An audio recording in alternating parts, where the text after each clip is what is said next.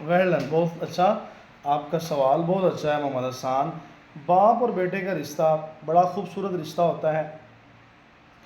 باپ ہی وہ واحد رشتہ ہے دنیا میں جو آپ کو زندگی میں کچھ بنتا ہوا دیکھنا چاہتا ہے۔ باپ اولاد کو اپنے سے بڑا بنانا چاہتا ہے۔ باپ کا رشتہ ہو، باپ اور بیٹے کا، یا ماں اور بیٹے کا، یا دنیا میں کوئی بھی رشتہ ہو، ان میں ایک چیز کامن رکھی ہے اللہ نے، وہ یہ ہے عزت و تکریم، ایک دوسرے کی عزت کرنا۔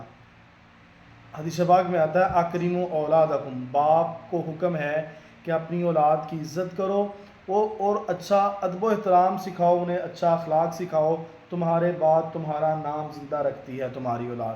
اور اولاد کو حکم ہے وَقَضَىٰ رَبُّكَ أَلَّا تَعْبُدُوا إِلَّا إِيَّاهُ، اللہ رب العزت کی عبادت کے بعد سب سے بڑا اگر کسی کا حق ہے نا تو اولاد پر ماں باپ کا حق ہے۔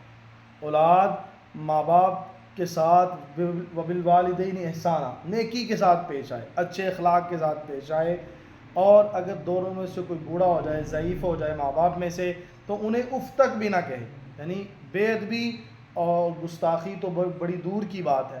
عزت و تکریم ہر رشتے میں ہونی چاہیے۔ جس رشتے سے عزت و تکریم ختم ہوتی ہے، عزت و احترام ختم ہوتا ہے، پھر وہ رشتہ رشتہ ہی نہیں رہتا، وقت گزاری بن جاتی ہے۔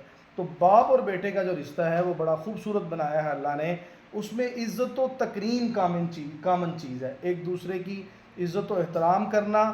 اولاد کے حقوق میں سے سب سے بڑا حق ہے کہ اس کی عزت نفس مجروح نہ کرے والد، اور اپنے اولاد کی اچھی تعلیم و تربیت کرے۔ یہی رشتہ ہے باپ اور بیٹے کا۔